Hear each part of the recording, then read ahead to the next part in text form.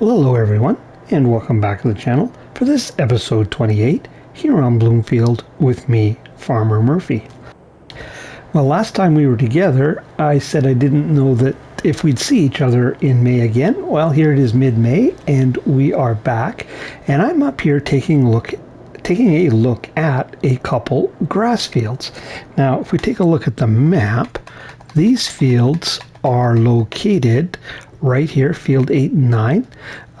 There's our home place there, and there's Neil's, so kind of smack dab in between the two. Matter of fact, you glance over that way, we can actually see our shop at our home place. But anyway, the reason I'm looking at these is they are both owned by a fellow by the name of Steve Loudon and a neighbor of Neil's. Well, I guess technically a neighbor of ours as well, but he knows Neil. And he called Neil early this month to see if he could cut these fields for him because he had an equipment breakdown. The thing is, though, he wants one field done in hay and one field done in silage. And Neil cannot make silage.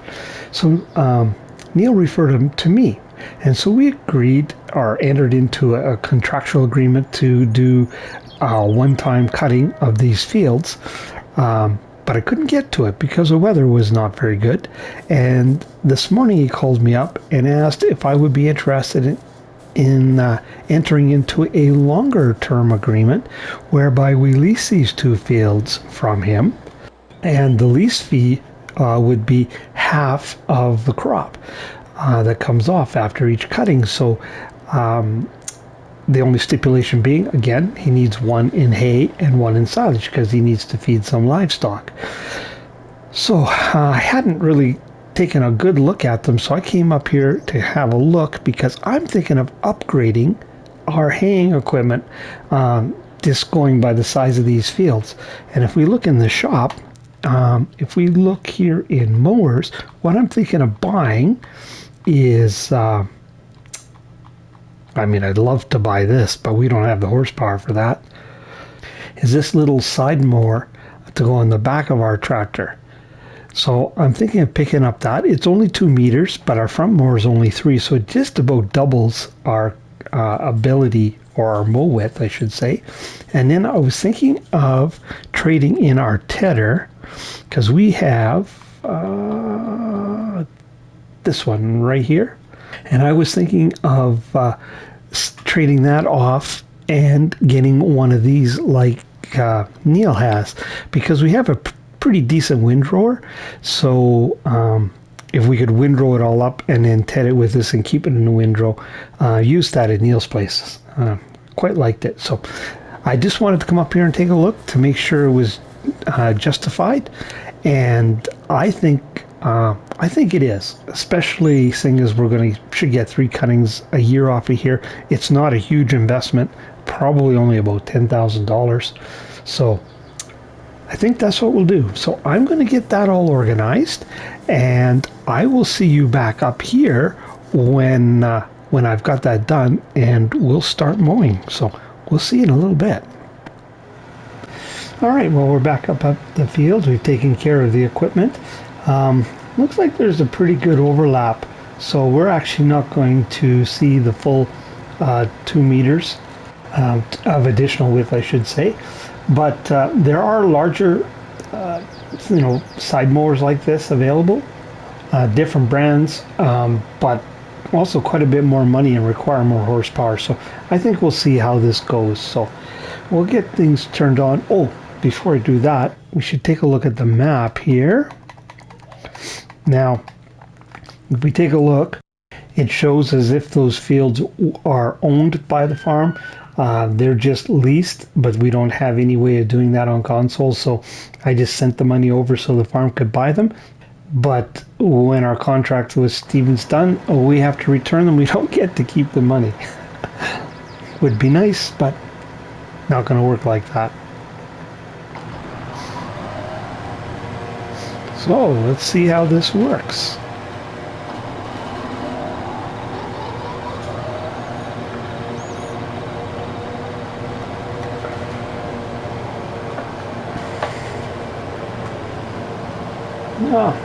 Well, it's wider.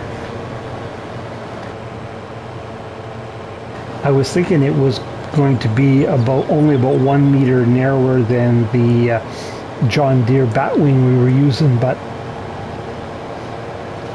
because of the overlap, it's going to be a little bit.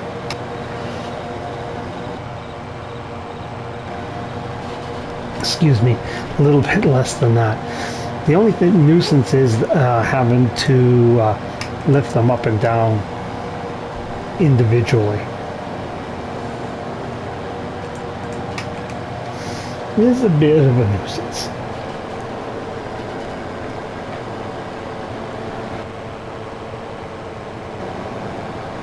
Now I was thinking right now this cutting will have to do half and half, but once we get a bale count off of here, what I might do in the future is do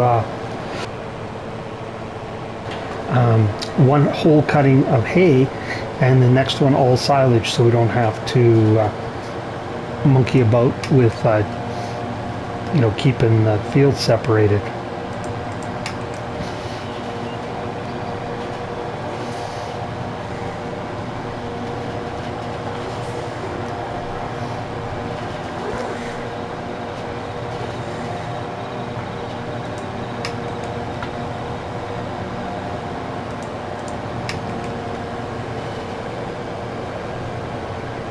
Yeah, I think we'll just head straight up here.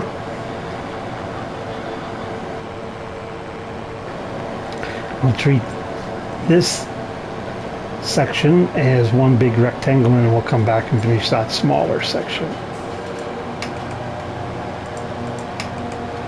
Oh, and we still need that one down for a minute.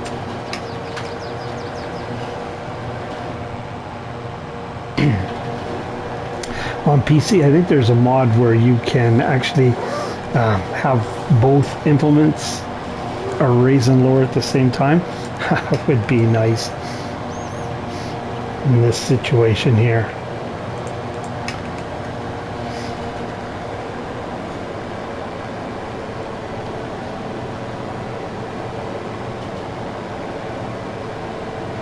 Yeah, so I don't... not doubling our width, but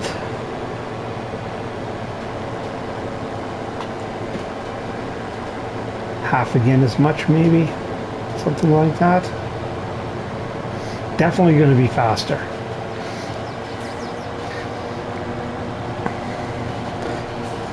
Now I didn't say anything, but I was thinking the last time I did the grass at our place, I was thinking, was it actually worth having this grass equipment? It certainly made sense when we started out because it was kind of like our only source of farm income. But now we have other ways of making money and only that tiny little bit of grass. And now here we are expanding.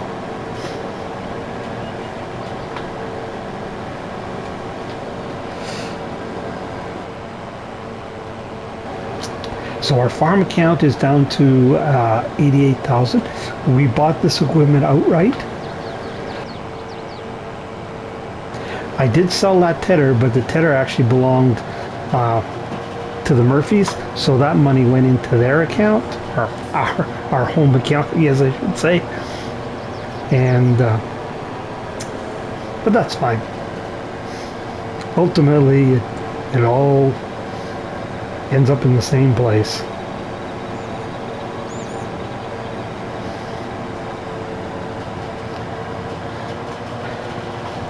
This rear mower has a pretty low horsepower requirement, so this setup works pretty good. It's too bad there wasn't an adjustment where you could increase the offset so we could get full advantage of the 2 meters, but it is what it is.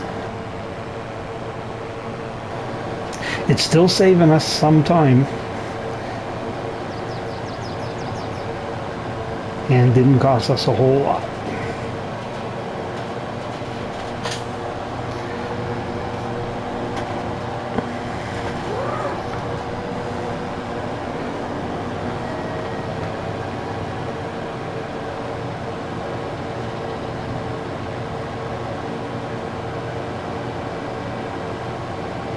I wanted to be able to get this done a little quicker, seeing as we're going to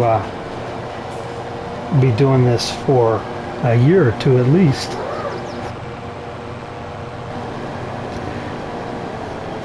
When harvest time comes around, I don't want to have to be spending a ton of time dealing with these fields. But I certainly think, my guess is after one cutting will pay for what we have invested in additional equipment. So it'll certainly be worthwhile.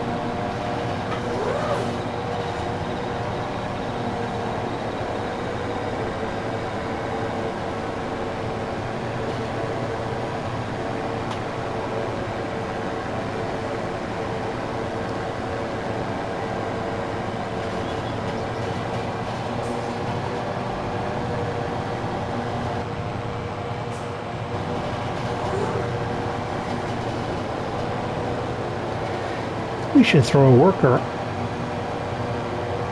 Why is it? Oh, there he goes. Throw a worker on here so we can see it from a couple different angles.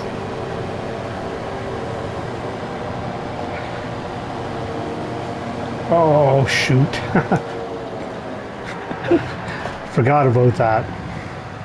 The fields aren't joined together, so.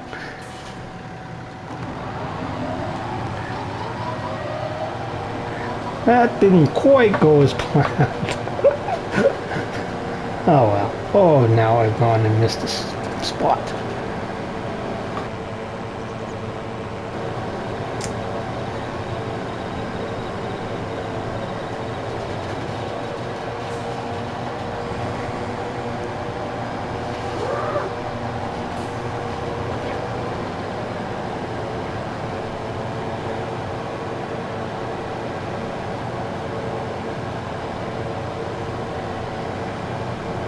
Well, I'll carry on with this, and I will bring you back in.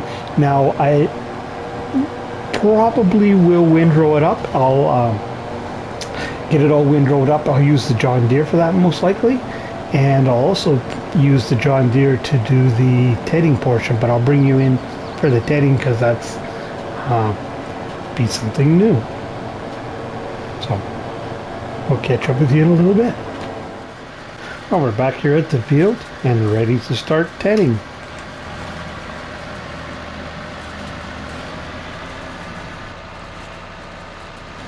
I was a little concerned because there's no front weight on this tractor if it would handle this tedder, but it didn't have any trouble as far as weight goes.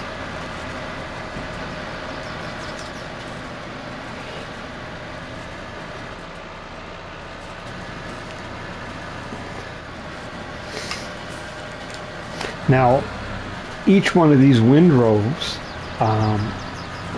represents, I think our windrower is 9 meters. So basically, we are tedding 9 meters at a time. If our windrower is like, say, that large class one, that's 15 meters, then we'd be tedding 15 meters at a time.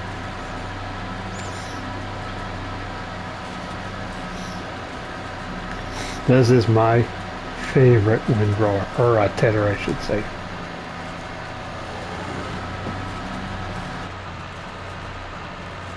Now, so we are obviously going to bale hay on this field here that we're tedding on.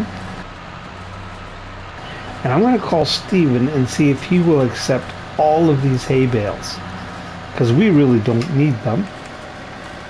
And then that would be the hay for 2 cuttings. So the next cutting we could do all silage, and we just have to deliver half the silage bales off of one field, and we get to keep all the rest.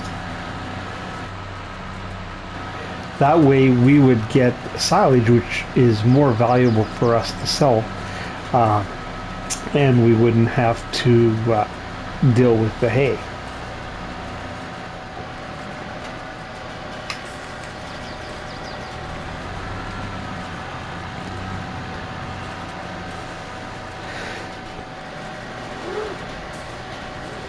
Now I'm going to see how many bales come off. I'm thinking we might need to put one of those stacking bale trailers on the lease plan with Ben.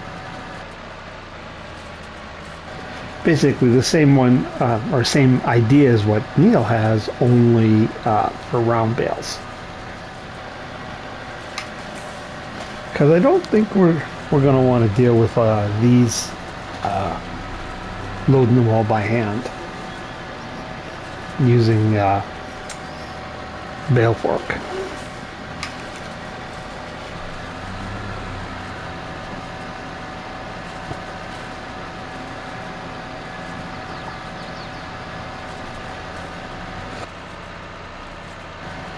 Now, if we were just using the front mower, actually, we could have the mower on the front of our cross tractor and this on the back, and we could be making hay in one pass, albeit at 3 meters. That's the width of our front mower.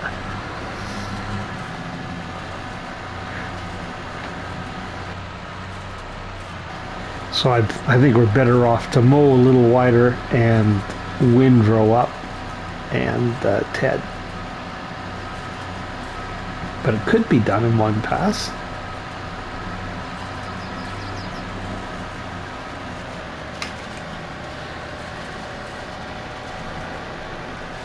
What time is it getting to be? We should be able to get this baled, but we might need to pick it up tomorrow. It get dark on us before we get it before we can get it picked up. Now I will need to prep these fields, mulch, lime, and of course I'll need to scan them for precision farming.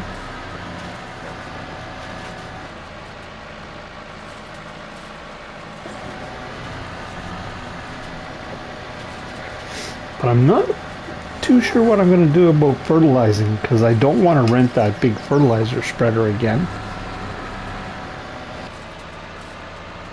Not just for these 2 fields.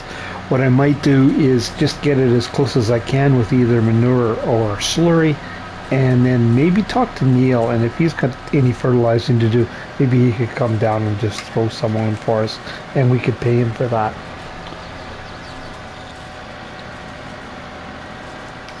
At some point we're going to have to get that sorted for ourselves.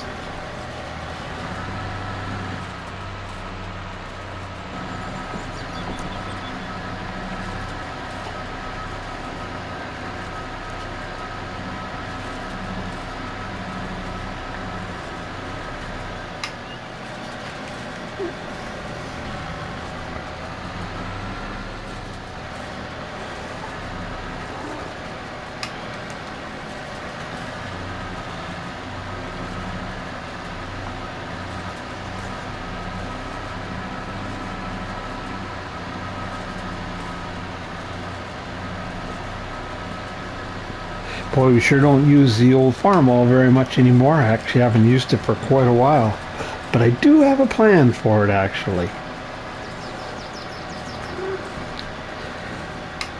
Just have to wait till we got enough funds. But I do have an idea for it.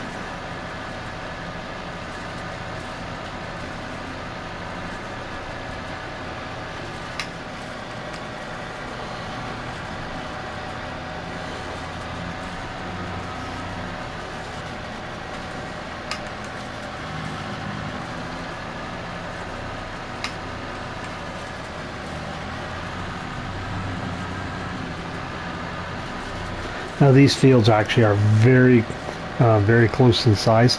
The one we're working on is a little bit smaller, but not by very much. Excuse me.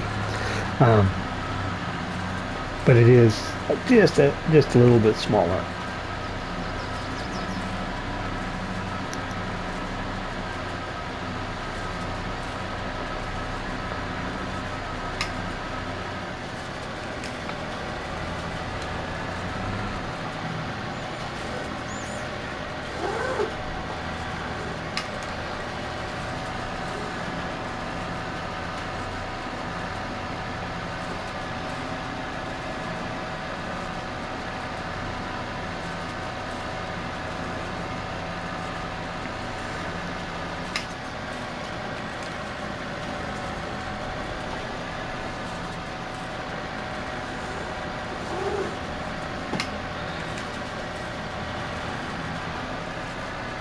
Every once in a while it leaves or just misses a little piece. Doesn't bother for baling, but I've noticed that.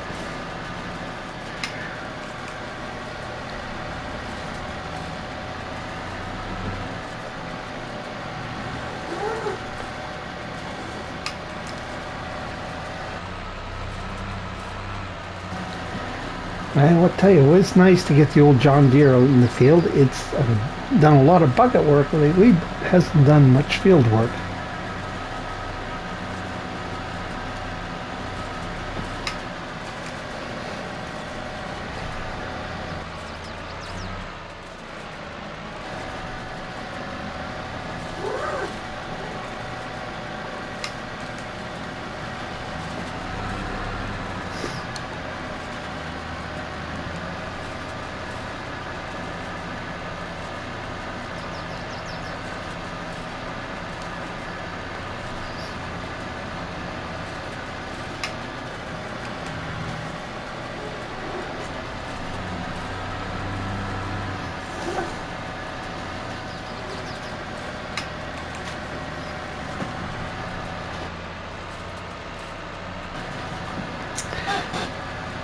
And there we go. That really didn't take a lot quicker than windrowing. Just like that, we're done. All right.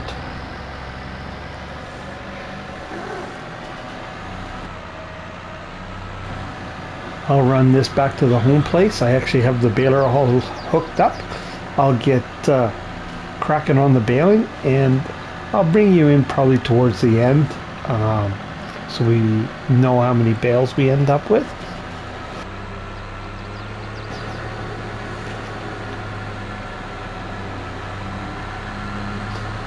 And that should leave us enough time in the episode to sort out what we're going to do as far as gathering them up. So I'll see you in a little bit. So there we go. We got 15 bales of hay and 19 silage bales. But keep in mind, the silage bales are, I think it's 1,000 liters smaller than the hay bales. Let's just double check. Yeah, 5,500 versus, I think, 65. Yeah. So in actual material, they're probably pretty close to the same amount. Unfortunately, we've got a little rain in the forecast, but I think I am going to arrange with Ben to get one of those bale wagons. So that'll have to wait till tomorrow. So I think I will leave you there, and I will pick it up tomorrow morning. We'll get that bale wagon and we'll come and collect some of these. So we'll see you then. Well, it's the next morning, and we're down here at Ben's shop. We've got a couple items down here. I did put a bale stacking trailer on the lease program with Ben, so that was $50,000.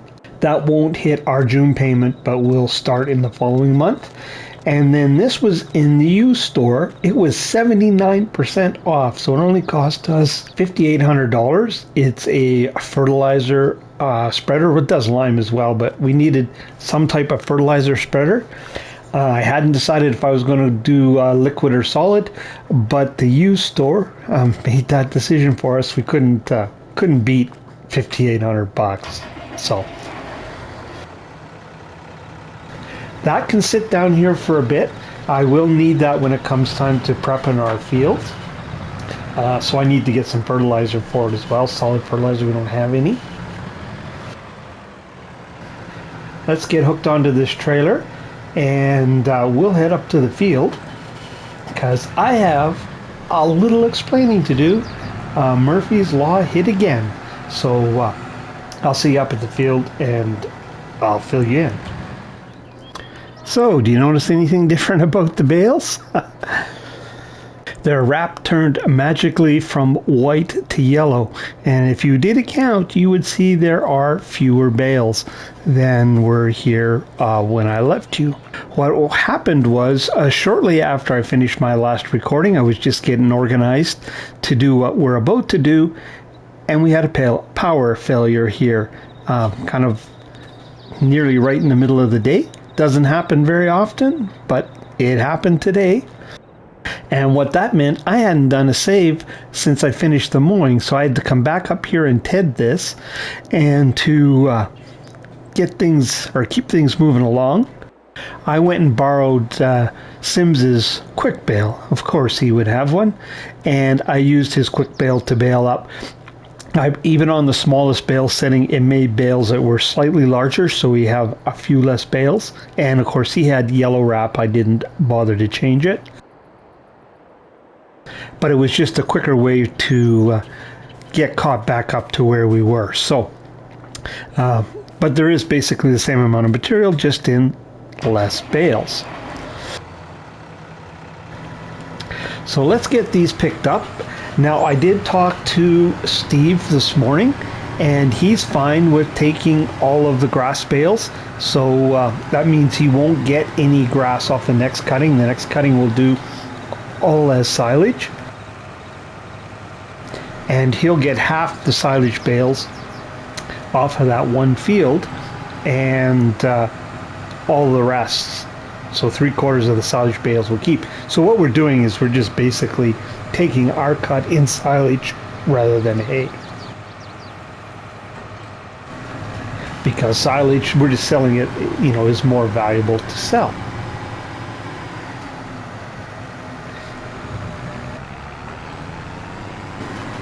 Now, I don't think, even with the larger bales, we'll get all these on one load, unfortunately. We'll see here. Certainly get all the hay. Now, Steve's farm, or Steven, is down, actually just right near Sims, just across the road, as it turns out. So that's where we need to take these to. And he actually did invite us to stop in and have a coffee and have a chat, because he said we're just newly introduced, so we could get to know each other, seeing as we're neighbors, so to speak. So I will do that. Now I will turn these fields around. Oops, what happened there? A little bit of a glitch. Pickup went through the ground. Yeah, I will do that off camera though. I'll get these all like mulched, limed. Oh, I have to scan them. So that actually does mean we should get more bales next time, because they will be taken care of or looked after as far as precision farming goes. Now, I need to pause here just for a second, because I forgot to write down how many of these bales there were, so I need to do a count. So I'll catch up with you in just a second. So there's 15. So what we'll do is we'll actually take 8 down to Steven or Steve. So we should get these all on here then. So I think this trailer will hold 24.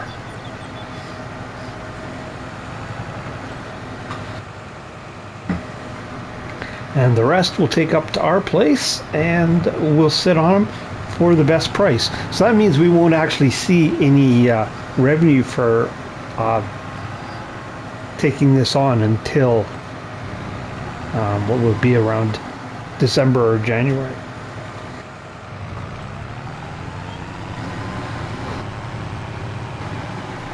But it is handy we can get these all on.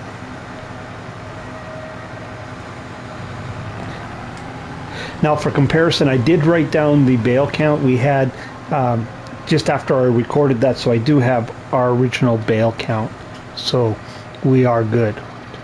1, 2, 3, 4, 5, 6, 7, 8. It says we should have one more. Oh yeah, it's only at 19.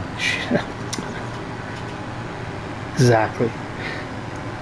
I thought it was at 20. There we go. Now it all makes sense. Okay. And down the road we go.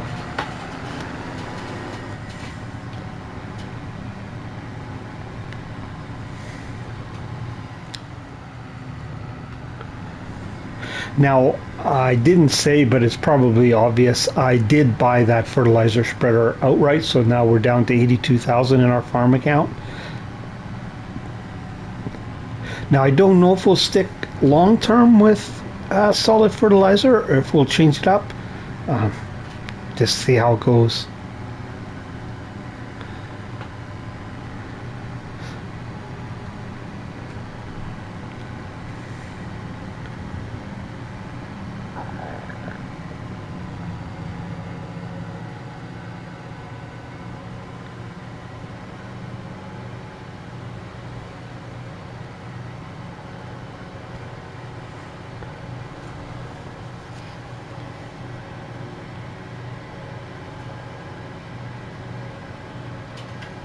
Thought you guys might as well stick around for the ride down.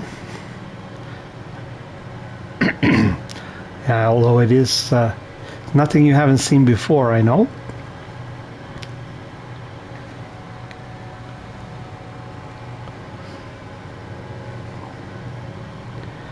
Now I think this should be his place coming up here on the right, I believe. Or on the left, I should say. Simpson's on the right.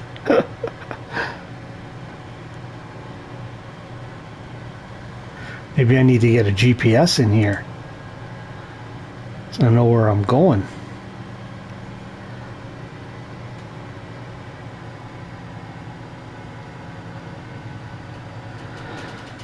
Alright, this is his place here.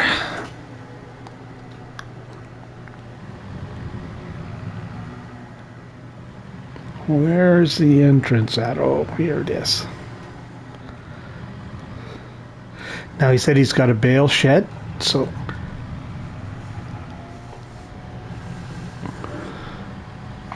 oh, look at that. We'll have to come check that out before we go in and have a coffee. Well, let's get this unloaded first.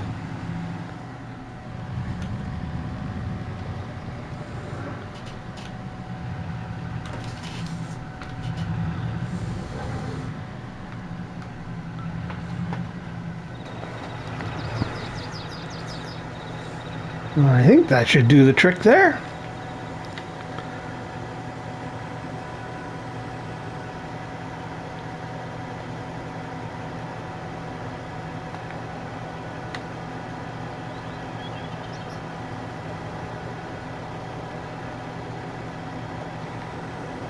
Not much of a farmyard here, although there's some equipment over in that shed, and there's a silo here, and he has some horses, I see.